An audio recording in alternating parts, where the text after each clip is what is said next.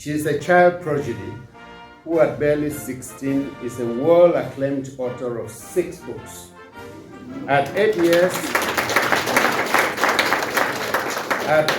Stacy won the South African National Youth Development Agency's award for Best Book on Early Childhood Development. President Paul Biya of Cameroon last year in 2022 decorated Stacy with the prestigious Knight of the Order of Valor. And just last month in April 2023 at the Oxford University in the UK, Stacy was granted the World Literacy Foundation's award for leading role in literacy by a young person. The President of the Arab Republic of Egypt, His Excellency Abdel Fattah el-Sisi, granted Stacy an award for Africa's most influential young person.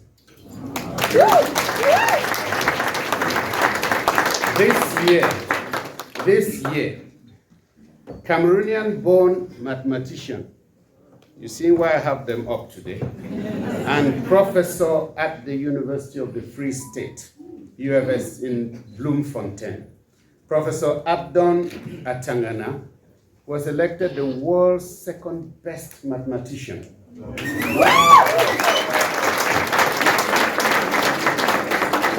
He just came in from the World Congress of Mathematicians this morning, landed at 9:50 at Oliver Tambo, and is able to be here with us, and I thank you for that. Thank you. Professor Atangana has introduced several mathematical operators and numerical schemes with some named after him. Hello guys, Alphonse Fokou is my name. Stay tuned till the end of the video. This year marks the 63rd anniversary of Cameroon's independence in 1960. And in 1961, English-speaking Cameroon acceded to independence through reunification with their French-speaking brethren, and a federal system was instituted, and the country was governed with 2 separate political cultures inherited from French and English colonial experiences. 12 years down the road, on May 20, 1972, the Federation was abolished by a referendum in favor of a unitary state. The dream of our founding fathers was to replace the 2 separate political cultures with a single indigenously crafted political system. May 20 then became Cameroon's National Day, the day we began our journey towards building a new Cameroonian nation with one system and one soul. Today, we are celebrating the 51st anniversary of our National Day. It was observed last Saturday in Cameroon with much patriotic fervor and with the remarkable and highly applauded participation of a detachment of the Egyptian military band. My brother, Ambassador Ahmed of Egypt, you could have as well been up here with me at this stage, because you are the co-host. For many countries, Independence Day evokes a history and heritage of resentment, revolt, and even revolution. A time of disconnect and a time for a new beginning. In Cameroon, we do not focus on the resentments and rancors of history. We embrace our history with humility and with hope as we seek to build a nation for history. On Cameroon's National Day, we meditate on the idea and ideal of nationhood. We reflect on the vision of our founding fathers to hammer out a new nation out of our checkered history, compounded by countless internal centrifugal forces. We evaluate our courage and commitment to the edification of a nation that transcends passive colonial and active cultural fault lines. We assess our efforts in building a nation in which all citizens are blessed with a rich harvest of health and happiness and of hope and harmony. Rededicate ourselves to building a nation where diversity is not necessarily, does not turn into discord and division. We also contemplate on our place in the world and on our part in shaping a better world for all. More than 5 decades after, there is reason to celebrate. There is reason for joy and jubilation. Cameroonians inside and outside the country have demonstrated their resolve to live together and to overcome and banish the demons of division. Under President Paul Biya, democratic freedoms and liberties are fully instituted and protected, and our institutions of political and social governance continue to be perfected. Economic opportunities for all have been expanded, and numerous infrastructural projects continue to see the light of day in various sectors, including roads, ports, dams, telecommunications facilities, among others. Social infrastructures, schools, universities, hospitals, and sporting stadia have been constructed all over the national territory.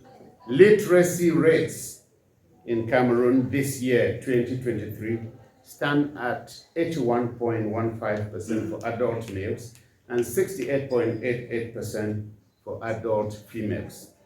The dynamism and dedication of the Cameroonian youth goes beyond the soccer field, with memorable performances by legends like Roger Miller and Samuel Eto'o-Fils. Young Cameroonians are excelling in many other fields, including digital technology, music, art, and STEM education. There is this awesome example of this young little Stacy Fru.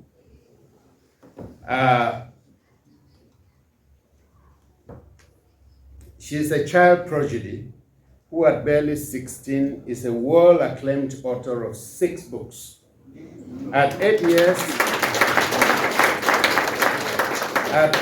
Stacy won the South African National Youth Development Agency's award for Best Book on Early Childhood Development.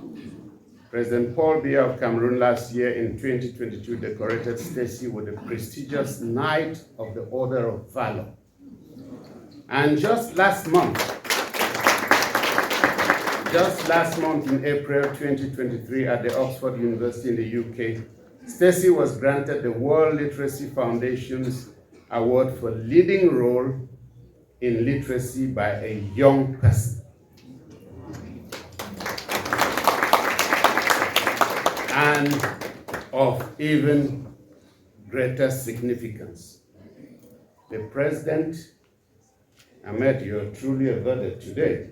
The President of the Arab Republic of Egypt, His Excellency Abdel Fattah el-Sisi, granted Stacy an award for Africa's most influential young person.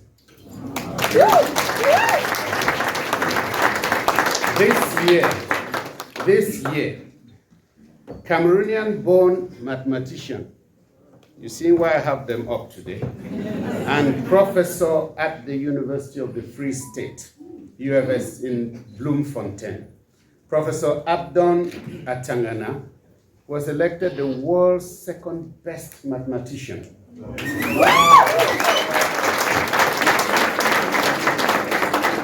He just came in from the World Congress of Mathematicians this morning, landed at 9:50 at Oliver Tambo, and is able to be here with us, and I thank you for that. I thank you. Professor Atangana has introduced several mathematical operators and numerical schemes with some named after him. So Abdong Atana, welcome and congratulations for your achievement. These two outstanding individuals are only a tiny sampling among numerous Cameroonians that are weaving webs of excellence and waving the flag of Cameroon around the world. We acknowledge and acclaim them, and we thank them for flaring pathways of excellence in Cameroon-South Africa relations. Thank you. But all of this speaks to the connections Cameroon has with South Africa, and more especially to the reason why I'm here. As High Commissioner, my mission is to foster political relations and expand cooperation and economic ties between our two countries. An important and integral part of this is to foster and encourage not just business partnerships, but also people-to-people relations between our two countries. I'm delighted that I'm finding the support of South African authorities in this effort. In October last year, South African Deputy Foreign Minister, Honorable Kandi Mashego, visited Cameroon.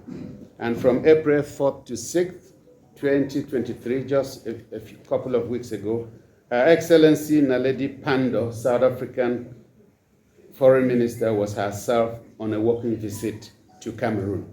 Prior to these two important visits, Cameroon's Minister Delegate for Foreign Affairs, His Excellency Felix Mbayu, had equally visited South Africa as a special envoy of President Paul Biya to President Cyril Ramaphosa.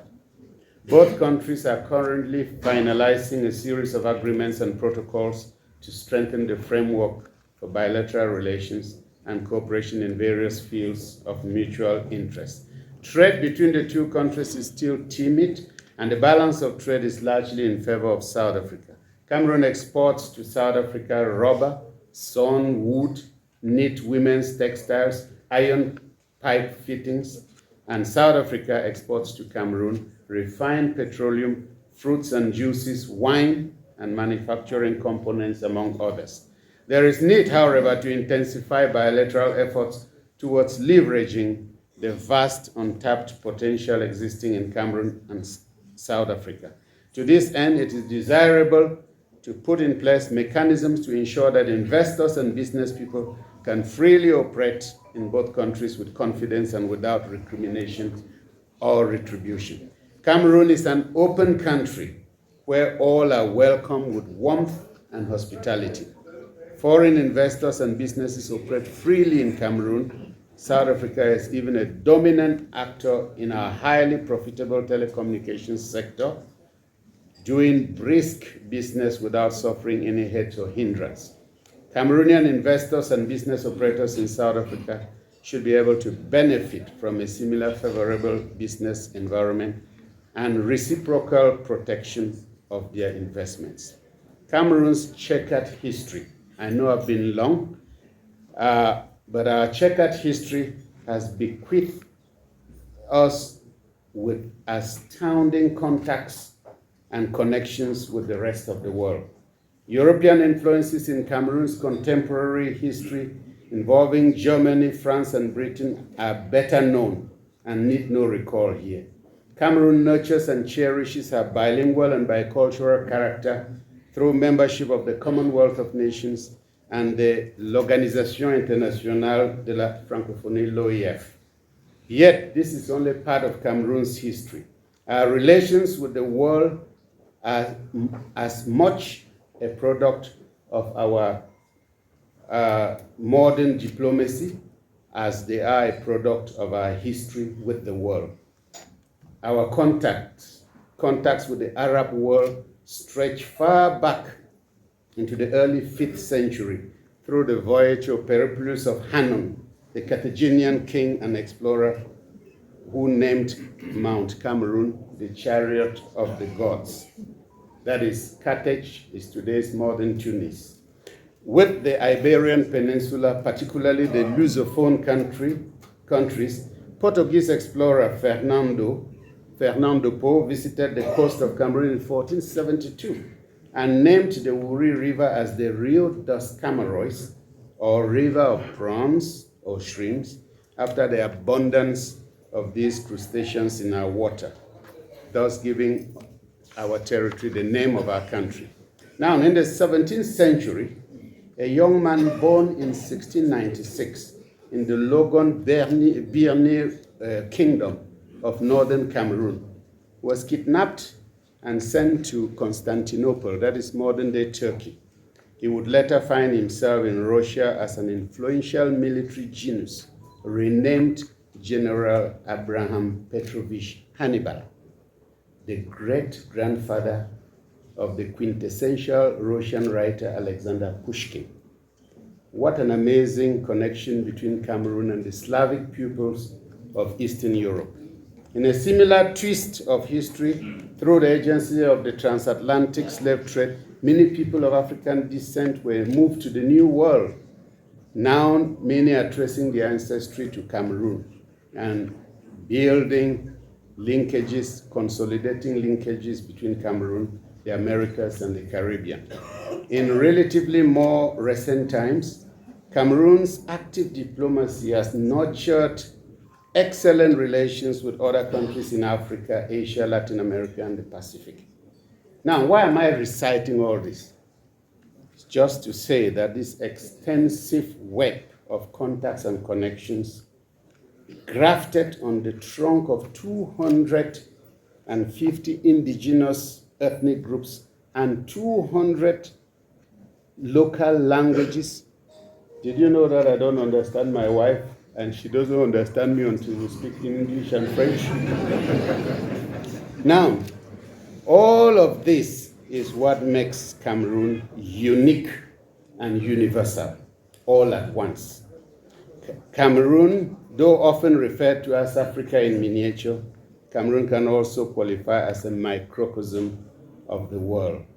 This indeed is Cameroon, a complex and colorful country, confident and courageous, creative and calm, but above all, congenial and coordinated.